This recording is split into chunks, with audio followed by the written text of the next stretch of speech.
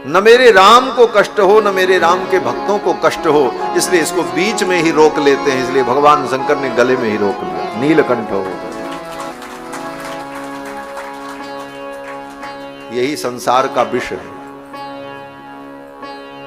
संसार का मंथन करोगे, इसका प्रतीकात्मक अर्थ देखें। इस संसार का मंथन करोगे, इस संसार में उलझोगे, पड़ोगे, बड़ी बड़ी समस्याओं को निपटाओगे, तो इससे विष भी मिलेगा, विष पैदा होगा। लेकिन उस विष को कैसे पीना है? बोले उस विष को पियो, लेकिन यहीं तक रखो। अगर उस विष को तुमने भीतर उतारा तो तुम्हारा हृदय जलेगा, और उस विष को अगर भीतर नहीं उतारे और यहां नहीं रोका, बाहर निकाल दिया, तो तुम्हारे हृदय का विष अगर वाणी के माध्यम से बाहर निकल गया तो बाहर आग लग जाएगी। इसलिए उस विष को तो बीच में ही रोको। यही जीवन सूत्र है। भगवान ने समुद्र मंथन के माध्यम से देवताओं का कल्याण किया, कामधेनु ऋषियों को दे दी, उच्चैः श्रवानाम का घोड़ा प्रकट हुआ। समुद्र मंथन से जो कामधेनु प्रकट हुई, नंदा, सुभद्रा, सुरभि और सुशीला, बहुला, ये कामधेनुएं प्रकट हुई। ये ऋषियों को दे दी गई। लोकोपकाराय, लोक के उपकार के लिए, देवानाम तर्पणाय च, देवताओं के तर्पण के लिए, आराधन के लिए ये कामधेनु गाय ऋषियों को दे दी गई। समुद्र मंथन से उच्चैः श्रवानाम का घोड़ा प्रकट हुआ।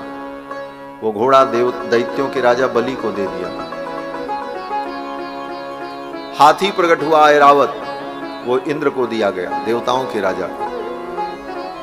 क्योंकि इसी शर्त पर समुद्र मंथन हुआ था। देवता दैत्यों ने कहा आधा हमारा आधा तुम्हारा, 50-50 का हिस्सा। क्यों? बोले देखो, सत्ता का सुख सबको चाहिए।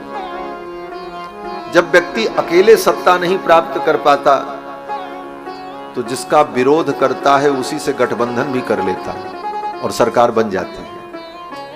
ये देवता दैत्य परस्पर विरोधी हैं, विचारधाराएं दूर दूर तक नहीं मिलती, लेकिन सत्ता का भोग चाहिए, सुख चाहिए, इसलिए दोनों ने समझौता कर लिया।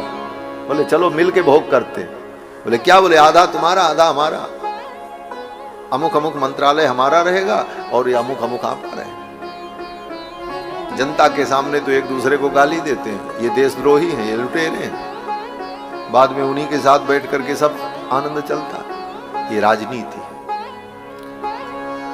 इसलिए बुद्धिमान व्यक्ति को राजनीति के इन विषयों में पढ़कर अपने सिद्धांत, अपनी भावनाओं को और अपने लोगों को, अपने स्वजनों को छोड़ना नहीं चाहिए। ये सब चलता रहे। देवता दैत्य दोनों पहले ही तय कर चुके थे, आधा हमारा आधा तुम्हारा।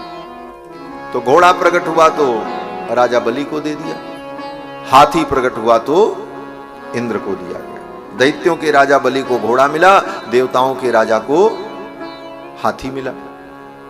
एक महात्मा कहते थे उनको हाथी उनको घोड़ा। क्यों?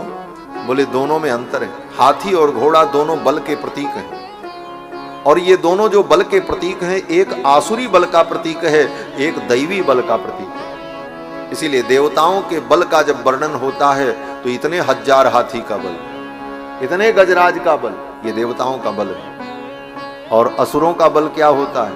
बोले हॉर्स पावर। इसीलिए आज भी जितने असुर लोग मशीन बनाते हैं तो मशीन में पावर का निर्धारण क्या होता है? बोले हॉर्स पावर, घोड़े का पावर, हाथी का पावर। तो आसुरी प्रकृति के लोग जो हैं उनका बल अश्व बल है, और जो दैवी प्रकृति के लोग हैं उनका बल गज बल है। इसलिए दैत्यों के राजा को घोड़ा दिया और देवताओं के राजा को हाथी मिला। फिर कौस्तुभ मणि प्रकट हुई, उसको भगवान ने धारण किया। फिर लक्ष्मी जी प्रकट हुई हैं। अब पहले अप्सराएं प्रकट हुई, फिर लक्ष्मी जी प्रकट हुई। फिर समुद्र मंथन से जब लक्ष्मी जी प्रकट हुई तो लक्ष्मी जी की दृष्टि पड़ते ही पूरा संसार आनंदमय हो गया। फिर लक्ष्मी जी ने भगवान के गले में वरमाला डाली। फिर समुद्र मंथन से अमृत प्रकट हुआ। अमृत को लेकर के दैत्य भाग गए और लेकर के दैत्य गए तो आपस में लड़ने लगे, अहम पूर्वम, पहले मैं पीऊंगा, मैं पीऊंगा। तब तक भगवान वहां मोहिनी बन करके आ गए और मोहिनी बन करके भगवान आए और भगवान ने उन दैत्यों को मोह में डाल दिया। अमृत कलश अपने हाथ में ले लिया और छल पूर्वक भगवान ने वो अमृत देवताओं को पिलाया और दैत्यों को अमृत नहीं पिलाया। परिश्रम दोनों ने बराबर किया समुद्र मंथन में, लेकिन अमृत देवताओं को पीने के लिए मिला, दैत्यों को पीने के लिए नहीं मिला। क्यों नहीं मिला? कर्म तो दोनों ने बराबर किया था। कहते हैं देखो, कर्म कितना भी करो, लेकिन कर्म के साथ साथ अगर भगवान की कृपा तुम पर नहीं है तो तुम्हारे कर्म भी तुम्हें फल नहीं दे सकते। उन दैत्यों के ऊपर भगवान की कृपा नहीं थी, देवताओं के ऊपर कृपा थी।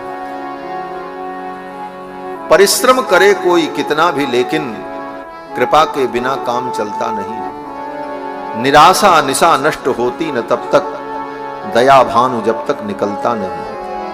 तो भगवान की कृपा जब तक न हो तब तक कर्म भी फलीभूत नहीं होते। क्षेमम न बिंदन्ति बिना यदर्पणम तस्मै सुभद्र स्रवसे नमो नमः। जब दैत्यों ने देखा कि हमें अमृत नहीं मिला, राहु नाम का एक दैत्य धीरे से उठ के जाके देवताओं की पंक्ति में बैठ गया। भगवान ने सोचा, अरे अब बैठ गया है तो लाओ इसको पिला ही देते। पंक्ति में से उठाना ठीक नहीं, पिला दिया। जब उसे अमृत पिला दिया तो वो चिल्लाने लगा, अरे दैत्यों के साथ धोखा हुआ, धोखा हुआ। फिर तो भगवान ने अपने सुदर्शन चक्र से उसके सिर को काट दिया। मरा नहीं, अमृत पी चुका था। उसका एक भाग केतु बना और ऊपर का जो सिर था वही राहु।